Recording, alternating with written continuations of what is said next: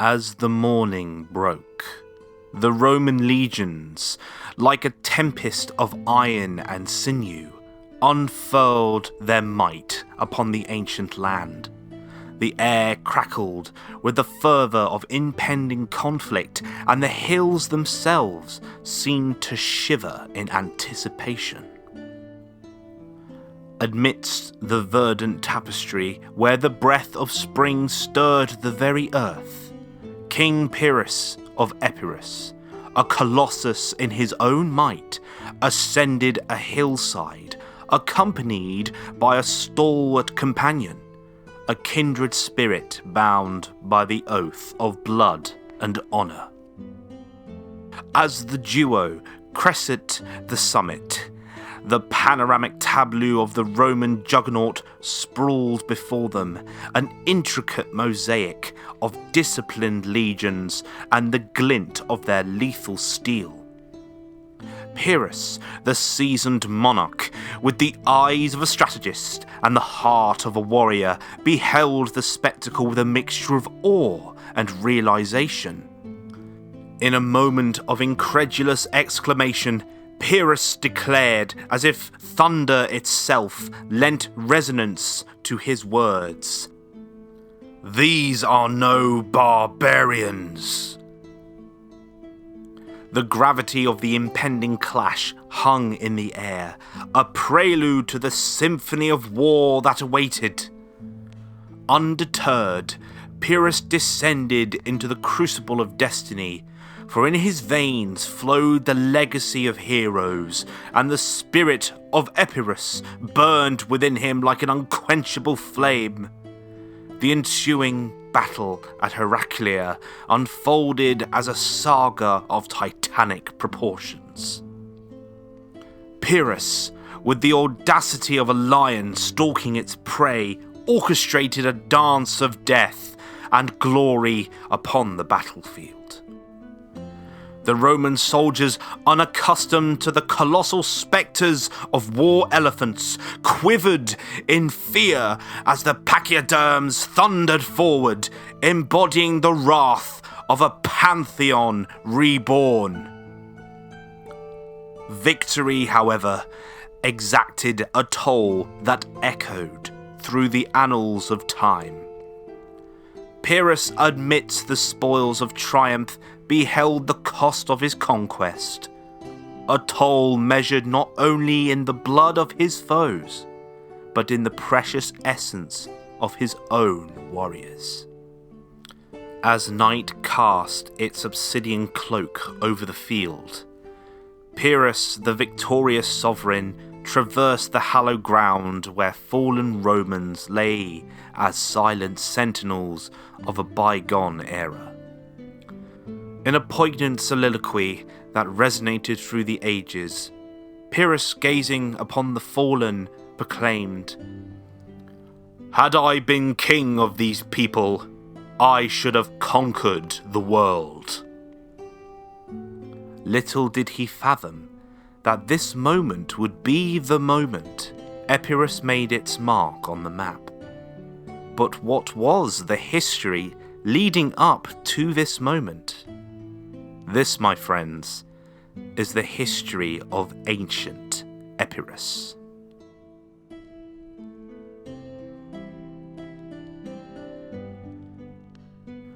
Epirus has been inhabited since the Neolithic era, with its earliest residents engaged in a variety of activities along the coast and in the interior. These early Epirotes brought the Greek language with them, leaving behind evidence of their presence in the form of large tumuli. These tumuli, essentially mounds of earth raised over a grave, contained shaft tombs reminiscent of those constructed by the Mycenaean civilization. The similarities in these burial practices suggest an ancestral connection between the Epirotes and the Mycenaeans, shedding light on the early Greek heritage of the region. Mycenaean artifacts and remains have also been unearthed in Epirus, particularly at the Necromanteion and the Oracle of Zeus. These findings underscore the substantial influence and interaction between Epirus and the wider Greek world, reinforcing the region's place within the broader tapestry of ancient Greece. Around the end of the second millennium BC, the Dorians invaded Greece, including Epirus and Macedonia. Although the exact reasons for this migration remain obscure, it had a profound impact on the region. The original inhabitants of Epirus were driven southward into the Greek mainland due to the Dorians' invasion. Consequently, three principal clusters of Greek-speaking tribes emerged in Epirus: the Chaonians in the northwest, the Molossians in the central region, and the Thesprotians in the south. Each of these ethni occupied a distinct territory, leading to the absence of a single name for the entire region in its early history. The Greek toponym Epirus, meaning mainland or continent, first appears in the historical records in the 6th century BC, notably in the work of Hecataeus of Miletus. This name, initially not native to the Epirotes, later became adopted by the region's inhabitants, signifying a growing sense of identity and unity. It reflected the region's geographic significance within the Greek world, especially from a maritime geographical perspective. In the period spanning from 370 BC onwards, the Molossian Aeacidae dynasty played a pivotal role in shaping Epirus. They established the first centralized state in the region, expanding their influence by forming alliances, particularly with the powerful kingdom of Macedon. The marriage of the Molossian princess Olympias to King Philip II of Macedon further solidified this partnership, and she would eventually become the mother of Alexander the Great. Under the rule of Alexander the Molossian, who succeeded Erebus of Epirus, the region witnessed a significant transformation. Alexander led an expedition into southern Italy to support Greek cities in Magna Graecia, fighting against Italian tribes and the emerging Roman Republic. Although the Molossians achieved some early success, they faced defeat by a coalition of Italic tribes at the Battle of Pandosia in 331 BC. In 295 BC, Pyrrhus, the son of Aeacides, ascended to the throne of Epirus. A skilled military leader, Pyrrhus embarked on a major offensive in the Italian peninsula and Sicily to aid the Greek cities of Tarentum. The Epirote army's prowess became evident when they defeated the Romans in the Battle of Heraclea in 280 BC. Subsequently, Pyrrhus's forces came tantalizingly close to Rome's outskirts, although they were compelled to retreat to avoid a lopsided conflict with a numerically superior Roman army.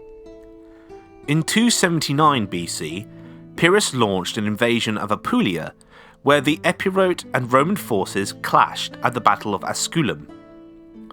The victory Pyrrhus achieved came at a heavy cost, leading to the coining of the term Pyrrhic victory, to describe a triumph that exacts a devastating toll on the victor. Pyrrhus's Italian campaign continued with the capture of the Carthaginian fortress in Eryx in Sicily, promoting other Carthaginian-controlled cities to defect to his cause. However, Pyrrhus's behaviour towards the Sicilian Greeks and mounting local opposition forced him to abandon Sicily. His Italian campaign eventually ended with the inconclusive Battle of Beneventum in 275 BC, leading to the loss of his Italian holdings.